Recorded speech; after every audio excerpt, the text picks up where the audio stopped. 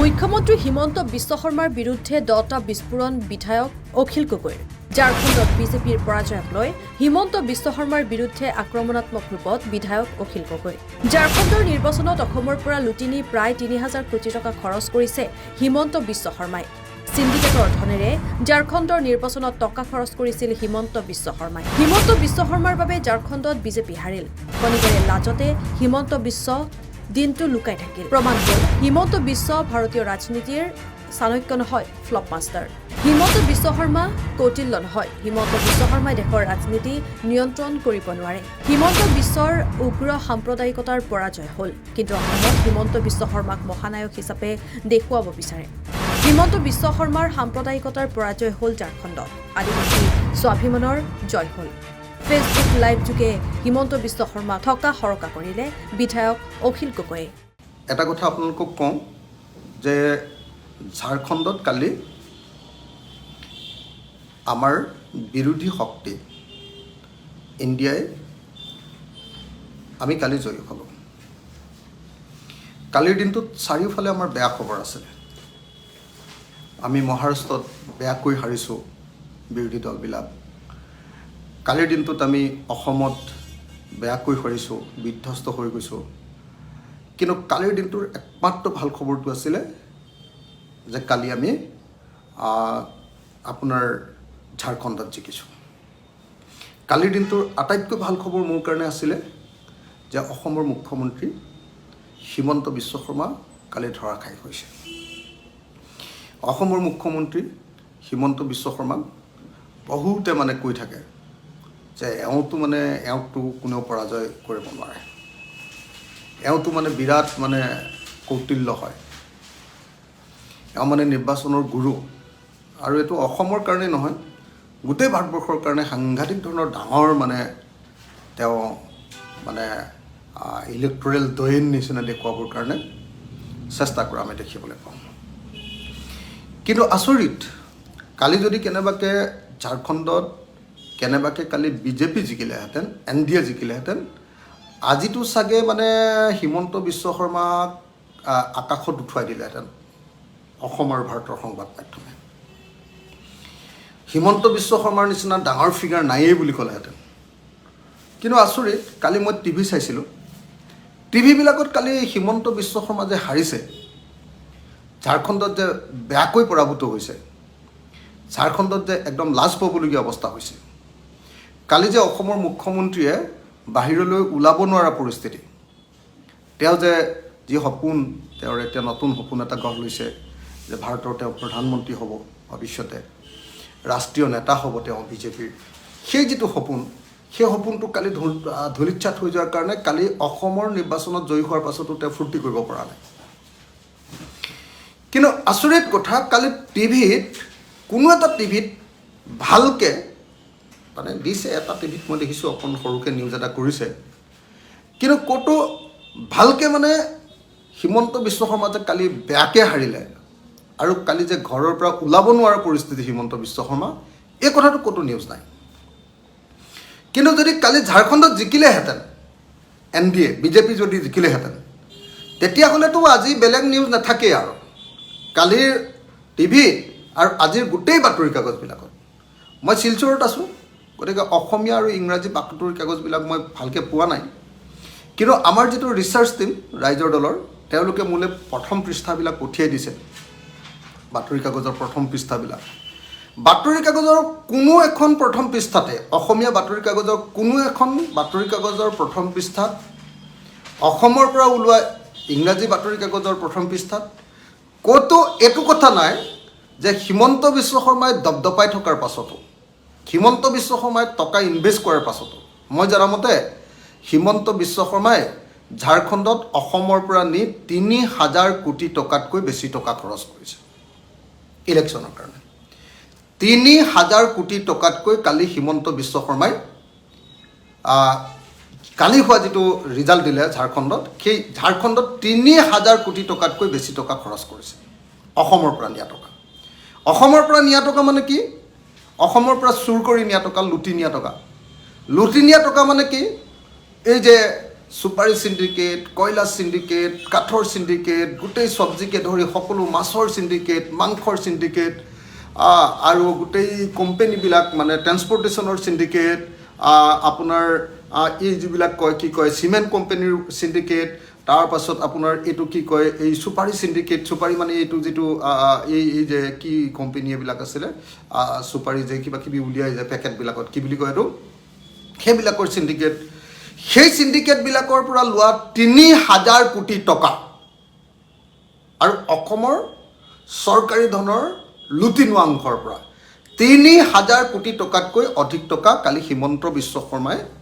পৰাজিত হোৱা ঝাৰখণ্ডৰ নিৰ্বাচনত হিমন্ত বিশ্ব শৰ্মাই ইনভেষ্ট কৰা বুলি জানিব পৰা যায়, খবৰ পোৱা অনুসৰি তথ্য অনুসৰি যে ৩,০০০ কোটি টকাতকৈ বেছি টকা খৰচ কৰিছে। এতিয়া ৩,০০০ কোটি টকা অসমৰ পৰা লুটিলে আৰু ৩,০০০ কোটি টকা আপোনাৰ ঝাৰখণ্ডৰ ইলেকশ্যনত খৰচ কৰিলে। ঝাৰখণ্ডৰ ইলেকশ্যনত খৰচ কৰি তেওঁ কেন্দ্ৰীয় নেতা হ'বলৈ গ'ল, ৰাষ্ট্ৰীয় নেতা হ'বলৈ গ'ল, ভাৰতবৰ্ষৰ প্ৰধানমন্ত্ৰী হোৱাৰ আশাত তেওঁ এই কাম কৰিলে আৰু তাৰপিছত সাংঘাতিক ধৰণে তেওঁ হাৰিলে কালি ইলেকশ্যনত। কিন্তু যদি জিকিলেহেঁতেন, মই আকৌ কৈছোঁ যে টিভিবিলাকত আমি বাতৰি বেলেগ চাবলৈ নাপালোহেঁতেন, কালি 5খন আসনত যে অসমত জিকিছে বিজেপি এইটো নিউজ সৰু হ'লহেঁতেন। হিমন্ত বিশ্ব শৰ্মা কিমান ডাঙৰ নেতা সৰ্বভাৰতীয় সেইটোহে নিউজ আমি চাবলৈ পালোহেঁতেন। কিন্তু যেতিয়া হাৰিলে তাৰ ওপৰত এটাও নিউজ নাই ক'তো। আৰু আজিৰ বাতৰি কাকতবিলাকতো হিমন্ত বিশ্ব শৰ্মা যে হাৰিলে তাৰ এটাও নিউজ নাই। তাৰমানে অসমৰ সংবাদ মাধ্যম এতিয়াও কেনেকৈ বিজেপি, RSS আৰু হিমন্ত বিশ্ব শৰ্মাৰ দ্বাৰা সম্পূৰ্ণৰূপে নিয়ন্ত্ৰণাধীন, এই কথাটো আজি আৰু কালিৰ আজিৰ অসমৰ বাতৰি কাগজবিলাক, অসমৰ পৰা ওলোৱা সকলো ভাষাৰ বাতৰি কাগজ আৰু অসমৰ পৰা ওলোৱা সকলোবিলাক টিভিৰ দৃশ্য চাই আমি কালিৰ দৃশ্য চাই এইটো কথা আমি গম পালোঁ যে এতিয়াও অসমৰ সংবাদ মাধ্যম সম্পূৰ্ণৰূপে হিমন্ত বিশ্ব শৰ্মাৰ নিয়ন্ত্ৰণাধীন বা তেওঁ নিয়ন্ত্ৰণ কৰে। এতিয়া ঝাৰখণ্ডৰ যিটো নিৰ্বাচন, ঝাৰখণ্ডৰ নিৰ্বাচনত আপোনালোকে নিশ্চয় এটা কথা জানে যে ঝাৰখণ্ডৰ নিৰ্বাচনত কালি আমাৰ ইণ্ডিয়া গ্ৰুপে ঝাৰখণ্ড মুক্তি মৰ্চা, কংগ্ৰেছ, RJD আৰু CPIML তেওঁলোকে মিলি আমাৰ 56টা আসন পালে, 56খন আসন পালে। তাত মুঠ আসন আছে 81খন। 81খনৰ ভিতৰত আচলতে 41খন আসন হ'লেই চৰকাৰ গঠন কৰিব পাৰে, কিন্তু আমি পালোঁ, আমাৰ বিৰোধী পক্ষই আমাৰ ইণ্ডিয়া মৰ্চাই আমি পালোঁ কালি 56খন। তাৰমানে তাত বিজেপি ভয়ানকভাৱে হাৰিলে। 56খন থকাৰ পাছত NDA তাৰমানে পালে 25খন গোটেইখিনি লগ লগাই, বিজেপিয়ে পালে 21খন, JDUৱে পালে 1খন, LJPয়ে পালে 1খন আৰু কোনোবাই 2খন পালে। এনেকুৱা মানে কালিৰ যিটো নিৰ্বাচন, সেই নিৰ্বাচনত বিজেপিয়ে কেৱল 21খন আসনতে, কিমানখনৰ ভিতৰত 81খন আসনৰ ভিতৰত কেৱল 21খন আসনত সীমাবদ্ধ থাকিবলগীয়া হ'ল। হিমন্ত বিশ্ব শৰ্মাই বেয়াকৈ ঠেকা খালে, বেয়াকৈ হাৰিলে। হিমন্ত বিশ্ব শৰ্মাৰ অৱস্থা কালি বেয়া। হিমন্ত বিশ্ব শৰ্মাই কালি কোৱাৰ্টাৰত টিভি চাই থকাৰ বাহিৰে একো কাম কৰিব পৰা নাই, বাহিৰলৈ ওলাব পৰা নাই তেওঁ লাজত। আৰু নেশ্যনেল মিডিয়াই কালি তেওঁক বাইক ল'ব খুজিছে, তেওঁ বাহিৰলৈ ওলাই আহিব পৰা অৱস্থাত নাই, তেওঁ পলাইছে কালি। আমাৰ কাৰণে যিবিলাক মানুহে আমি বিজেপিৰ ফেচিবাদ আৰু সাম্প্ৰদায়িকতাবাদৰ বিৰুদ্ধে যুঁজি আছোঁ, যিবিলাকে আমি অসমৰ পৰা আৰু ভাৰতৰ পৰা বিজেপিক বিদায় দিব খোজোঁ, যুঁজি আছোঁ, সেইবিলাক মানুহৰ কাৰণে কালি আটাইতকৈ ভাল খবৰটো আছিলে যে হিমন্ত বিশ্ব শৰ্মা কালি ওলাই আহিব পৰা নাই। এতিয়া আপোনালোকে চাওক যে আপোনাৰ JJMয়ে 43টা ছিটত খেলি ঝাৰখণ্ড মুক্তি মৰ্চাই 34টা ছিট দখল কৰিলে। কংগ্ৰেছে 30খন আসনত খেলি 16খন পালে। কংগ্ৰেছৰ ৰিজাল্টটো বেয়া অলপ, কিন্তু JJMৰ ৰিজাল্ট বহুত ভাল। আপোনালোকে চাওক 43ৰ ভিতৰত 34খন। RJDয়ে 7খন খেলি 4খন পালে, খুব ভাল ৰিজাল্ট। CPIMLে 4খন খেলি 2খন পালে। আপোনালোকে দেখিছে ভাল ৰিজাল্ট কৰিছে। আৰু বিজেপিয়ে 68খন খেলিলে, 68খন 21খন পালে মাত্ৰ। 68 খেলি মাত্ৰ 21খন পালে। কিমান ৰিজাল্ট বেয়া আপোনালোকে চাওক। JJMে 43 খেলি 34 পালে। এতিয়া আপোনালোকে যদি চাই তেতিয়াহ'লে দেখিবলৈ পাব যে 2019 চনৰ তুলনাত তাত 4খন আসন বিজেপিয়ে কম পালে 2019 চনত যি ৰিজাল্ট আছিলে তাতকৈও ইয়াৰ আগৰবাৰ ইলেকশ্যন যেতিয়া হিমন্ত যোৱা নাছিলে তালৈ হিমন্ত বিশ্ব শৰ্মা যোৱা নাছিলে তাতকৈ আপোনাৰ কম আসন পালে 4খন আসন কম পালে হিমন্ত বিশ্ব শৰ্মা যোৱাৰ কাৰণে তাত 4খন আসন কমিলে আৰু ভোটৰ পাৰ্চেণ্টেজ যোৱাবাৰ আছিলে 34 বিজেপিৰ এইবাৰ পালে 33 এইবাৰ পালে 33.17 33 1% কমিলে হিমন্ত বিশ্ব শৰ্মা যে কৌটিল্য নহয় হিমন্ত বিশ্ব শৰ্মাই যে অসম বা ভাৰতৰ নিৰ্বাচনী ৰাজনীতি নিয়ন্ত্ৰণ কৰিব নোৱাৰে তেওঁ যে বৰ ডাঙৰ মাষ্টৰ কৈ থাকে তেওঁ যে মাষ্টৰ নহয় এজন ফ্লপ মাষ্টৰহে যায় তেওঁ যে এজন মাষ্টৰ নহয় তেওঁ যে কেৱল পইচা আছে আৰু মিডিয়াবিলাক কিনি ল'ব পাৰে আৰু তেওঁ 2 নম্বৰী কাম কৰিহে যে কিবা প্ৰকাৰে কেতিয়াবা জিকায় পৰিৱেশ ঢৌ আহিলে তেওঁতো কংগ্ৰেছত থাকি তেওঁতো নিজে পাৰ্টি কৰা নাই কংগ্ৰেছত থাকোঁতে কংগ্ৰেছৰ ভাল দিনত তেওঁ মুখ্যমন্ত্ৰী তাৰপিছত আকৌ বিজেপিৰ যেতিয়া হাৱা আহিলে বিজেপিলৈ জাপ মাৰি দিলে কিন্তু অসমত মানুহবিলাকে দেখুৱাব খোজে নাই একদম হিমন্ত বিশ্ব শৰ্মাৰ দাদা হিমন্ত বিশ্ব শৰ্মা হিৰো হিমন্ত বিশ্ব শৰ্মা মহানায়ক হিমন্ত বিশ্ব শৰ্মা এনেকুৱাকৈ দেখুৱাব খোজে যে তেওঁ মানে যে তেওঁৰ মতে গোটেই অসম আৰু ভাৰতবৰ্ষৰ ৰাজনীতি নিয়ন্ত্ৰণ হয় আৰু তেওঁ ভাৰতবৰ্ষৰ প্ৰধানমন্ত্ৰী হ'বলৈ গৈ আছে এনেকুৱা ধৰণৰ ধাৰণা এটা দিব খোজে আৰু আজিকালি সেইকাৰণে তেওঁ আপোনালোকে দেখিছে যে স্থানীয় মিডিয়াত মানে কোৱাতকৈ নেশ্যনেল মিডিয়াত ওলাবৰ কাৰণে বহুত পইচা খৰচ কৰে বুলি মই শুনিছোঁ মই শুনি আছোঁ যে তেওঁ ইংৰাজী আৰু হিন্দীৰ মানে টিউশ্যন ক্লাছো কৰি আছে তেওঁ নেশ্যনেল লিডাৰ হ'বৰ কাৰণে এতিয়া এই যে আপোনালোকে জানে যে আজি কেইদিনমানৰ আগত MP ইলেকশ্যন হৈছিলে মাত্ৰ 5 মাহৰ আগত 5 মাহৰ আগত MP ইলেকশ্যন যেতিয়া কৈছিলে তেতিয়া তাত বিজেপিয়ে 8খন আসনত জিকিছিলে বিজেপিয়ে 8খন আসনত জিকিছিলে খুব ভাল ৰিজাল্ট কৰিছিলে সেইকাৰণে সকলোৱে কৈ আছিলে যে এবাৰ ঝাৰখণ্ডত বিজেপি চৰকাৰ আহিবই কিন্তু হিমন্ত বিশ্ব শৰ্মাই তেল কৰি পেলালে ঝাৰখণ্ডত বিজেপিক হৰুৱাই দিলে হিমন্ত বিশ্ব শৰ্মাই বিজেপিক ডুবাই দিলে এই ডুবাই দিয়াৰ খবৰটো কোনো বাতৰি কাগজত অসমত নাই কোনো অসমৰ টিভিত নাই অসমৰ সংবাদ মাধ্যম আজিৰ দিনটোলৈকে কাৰ নিয়ন্ত্ৰণত আছে এইটোক প্ৰমাণিত কৰে এটা দুটা ক'ৰবাত অকণমান মানে হেৰি থাকিব পাৰে দেই ব্যতিক্ৰম থাকিব পাৰে মই তেখেতসকলক অপমান কৰা নাই তেখেতসকলক কোৱা নাই কিন্তু এটা কথা খাটাং যে হিমন্ত বিশ্ব শৰ্মা যে ইমান ডাঙৰ ফেক্টৰ নহয় এই কথাটো আমি সকলোৱে ক'ব পাৰোঁ এতিয়া হিমন্ত বিশ্ব শৰ্মাই আপোনালোকে সকলোৱে জানে চব তেওঁৰ সকলোবিলাক বুদ্ধি প্ৰয়োগ কৰিছে 1 নম্বৰ বুদ্ধি তেওঁৰ আটাইতকৈ ডাঙৰ বুদ্ধিটো কি হিন্দু মুছলমানৰ ৰাজনীতি অসমৰ পৰা সেই বুদ্ধিটো নি তেওঁ ঝাৰখণ্ডত এইটো প্ৰয়োগ কৰিছিল কৈছিলে যে ঝাৰখণ্ডৰ মানুহৰ আটাইতকৈ ডাঙৰ সমস্যাটো হ'ল অনুপ্ৰৱেশ মুছলমান অনুপ্ৰৱেশ তেওঁ কৈছিলে যে ঝাৰখণ্ডত মুছলমান মানুহবিলাকে তাৰ ঝাৰখণ্ডী মানুহ তাৰ আদিবাসী মানুহ ছোৱালীবিলাকক বিয়া পাতি তেওঁলোকে কি বুলি কয় এইটো লাভ জেহাদ বুলি কয় ন বিয়া পাতি তেওঁলোকৰ সম্পত্তিবিলাক জব্দ কৰিছে গতিকে তেওঁলোকৰ আটাইতকৈ ডাঙৰ কথা হ'ব যে যদি বিজেপি চৰকাৰ গঠন কৰে তেতিয়াহ'লে ঝাৰখণ্ডৰ পৰা হেৰি নাইকিয়া কৰি দিয়া হ'ব বুলি ক'লে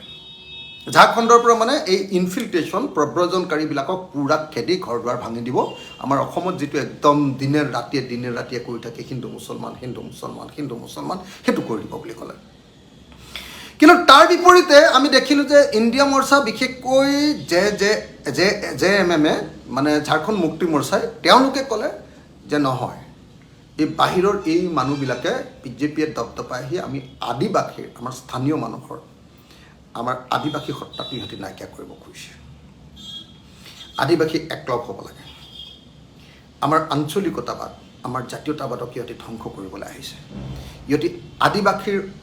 আইডেণ্টিটি পৰিচয় এইটো নাইকিয়া কৰিবৰ কাৰণে আৰু ইয়াক সৰ্বভাৰতীয় ৰাষ্ট্ৰীয় পৰিচয় লৈ যাবৰ কাৰণে ইহঁতে এই কাম কৰিছে গতিকে কি হৈ গ'ল যে সৰ্বভাৰতীয় সাম্প্ৰদায়িকতাবাদ আৰু আদিবাসী পৰিচয় আদিবাসী আইডেণ্টিটি তাৰ মাজত দ্বন্দ্ব হ'ল সংঘাতটো দুইটাৰ মাজত ক্লাছটো হ'ল আৰু তাত আদিবাসীৰ সত্তাটোৱে জয়লাভ কৰিলে মই এই মুহূৰ্তত সেইকাৰণে সকলো আদিবাসী মানুহক ঝাৰখণ্ডৰ আদিবাসী মানুহক মোৰ ৰাজ্যৰ দলৰ সভাপতি হিচাপে মোৰ অন্তৰৰ পৰা তেখেতসকলক ধন্যবাদ আৰু কৃতজ্ঞতা জনাইছোঁ 2 নম্বৰ হিমন্ত বিশ্ব শৰ্মাই আৰু এটা বস্তু কৰিলে আপোনালোকে সকলোৱে জানে সেইটো হ'ল এই আমাৰ যিটো অৰুণোদয় 1250 টকা তাত তেওঁলোকে 2100 টকা দিম বুলি ক'লে যে বিজেপি চৰকাৰ আহিলে আমি 2100 টকা দিম সকলোকে প্ৰত্যেকগৰাকী মহিলাক আমি 2100 টকা দিম অসমত প্ৰত্যেকগৰাকী মহিলাক দিয়া নাই তাত দিম বুলি কৈ দিলে অসমত এতিয়া 20% মান মহিলাক দিছে নেকি ন মই হিচাপটো পাৰ্চেণ্টেজত উলিওৱা নাই বাৰু ইয়াত 1250 টকা তাত বোলে 2100 টকা দিব হিমন্ত বিশ্ব শৰ্মাই এইবুলি তেওঁ প্ৰচাৰ কৰিলে কিন্তু আদিবাসী মানুহে 2100 টকাটো ভুল নগ'ল অৰুণোদয় ফেইল মাৰিল তেওঁ হিমন্ত বিশ্ব শৰ্মাৰ আটাইতকৈ ডাঙৰ যিটো কয় যে অসমক এতিয়া গোটেই ভাৰতৰ ৰাজ্যবিলাকে অনুসৰণ কৰিছে কি হ'ল বোলে অৰুণোদয়ত অনুসৰণ কৰিছে অনুসৰণ মানে কি 1250 টকা আমেৰিকাত 3 কেজি চাউল পায় 1250 টকাত মানুহক বিনামূলীয়া পইচা দিয়া এই আঁচনিটোৱে বোলে অসমক এতিয়া চবেই অনুসৰণ কৰে এইটো তেওঁ বিৰাট গৰ্ব কিন্তু তাত ফেইল মাৰিলে ঝাৰখণ্ডত তেওঁ কয় 3 নম্বৰ তেওঁ যিটো কথা কৈছিলে যে কি কয় এই গেছ চিলিণ্ডাৰ ফ্ৰীকে দিব গেছ চিলিণ্ডাৰ কিবা বিহু নে নহয় তেওঁলোকৰ কি কয় দুৰ্গা পূজা নেকি দুৰ্গা পূজাত মানে গেছ চিলিণ্ডাৰ তেওঁলোকক বিনামূলীয়াকৈ দিব এনেকুৱা অজস্ৰ তেওঁলোকে হেৰি দিছিলে দেই কিন্তু আটাইতকৈ যিটো ডাঙৰ কৰিছিলে হিন্দু মুছলমান হিমন্তৰ যিটো মেইন বস্তু আৰু তেওঁ মানে কি হিমন্ত বিশ্ব শৰ্মাৰ ৰাষ্ট্ৰীয় প্ৰেক্ষাপটত নিজকে হিৰো বনাবৰ কাৰণে যিটো কৰি আছে আপোনালোকে সকলোৱে জানে যে উত্তৰ প্ৰদেশৰ মুখ্যমন্ত্ৰীজনে যিটো কৰে আৰু হিন্দু মুছলমান বুলডোজাৰ ৰাজনীতি সেই যিটো লাভ জেহাদ বুলডোজাৰ এই যিটো কাম কৰে সেই কামটো মানে তেওঁ